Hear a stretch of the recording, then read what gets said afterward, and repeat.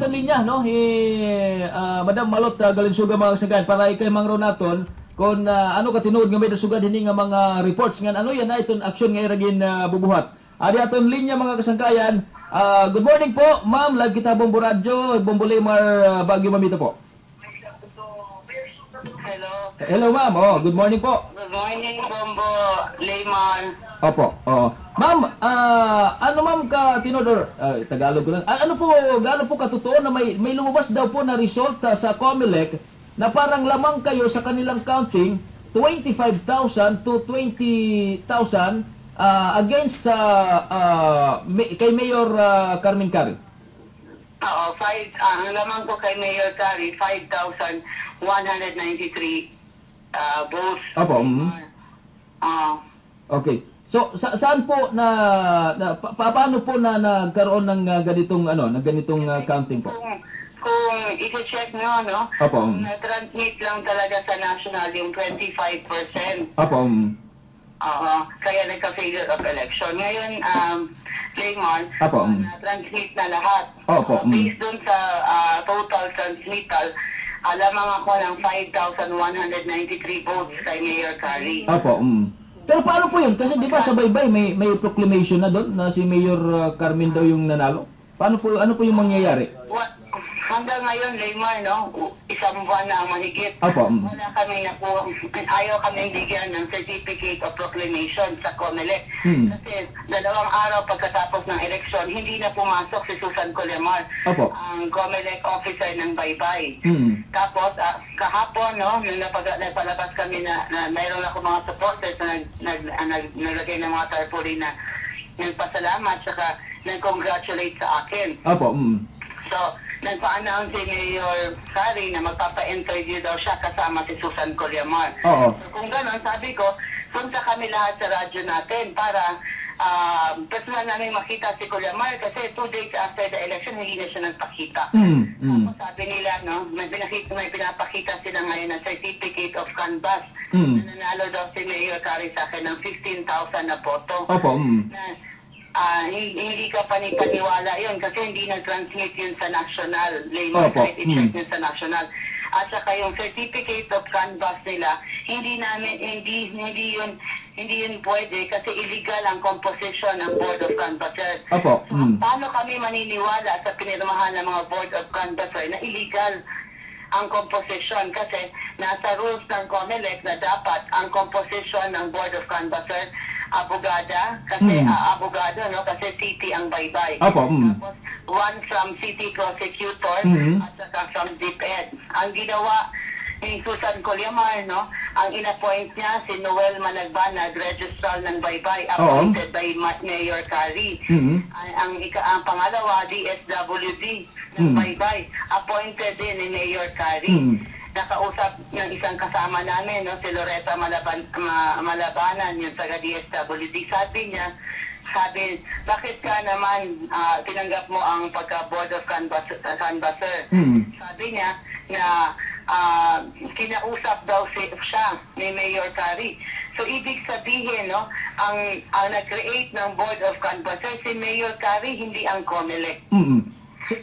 So may mga hakbangin na po ba kayo dito sa mga natuklasan ninyo? Oo, kinasuhan na namin ng election sabotage si Susan Colemar, si Noel Managbanag at si Loretta Managbanag kasama ang Team Cari. Opo.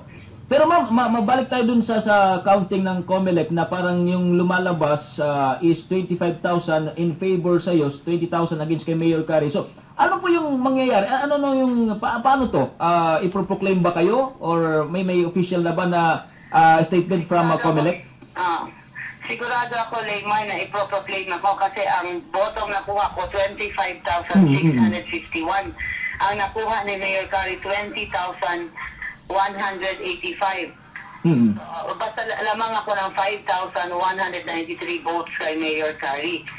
At saka ang pinagmamalaki nila ngayon na meron na daw certificate of canvass. Opo. Certificate of canvass na hindi valid yun kaya illegal ang composition ng Board of Canvassers. Paano kami maniniwala at paano namin tatanggapin ang isang certificate of canvass na illegal pirma. Opo. Pero paano daw nila ma'am nakuha yung data na hinahawakan nila ngayon? Di ba may data kasi na parang labang sila ng malaking votes? Yun ang questionable ngayon. Saan nila nakuha yun? Baka hinulaan nila. Oh. Pero binigyan po ba kayo ng mga ng mga election returns nung during election? Wala kami nakuha wala. PR. Kaya nga, meron kami 30 na mga DEIs na dinimanda namin ng election sabotage kasi sa hindi nila pagbigay sa amin ng mga election returns. Opo. So may inihain na po ba kayong hakbangin din dito sa COMELEC main office po hinggil sa usaping ito, Ma'am Malot? Oo.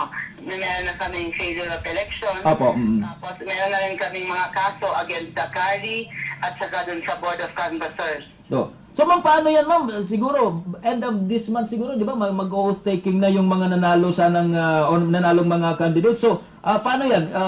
Sino yung posibleng mag-take oath ito? Since sinasabi nyo na dapat lamang kayo ng 5,000 votes against kay Mayor Kari. Hindi ko alam kung sino, no? Opo, Ang lakas naman ng loob siguro kung may mag-oath taking pa sa kanila. Opo. Pinakalat nila kahapon, no, na ang lahat daw na magsasabi na natalo sila, ididemandan nila ng sedition.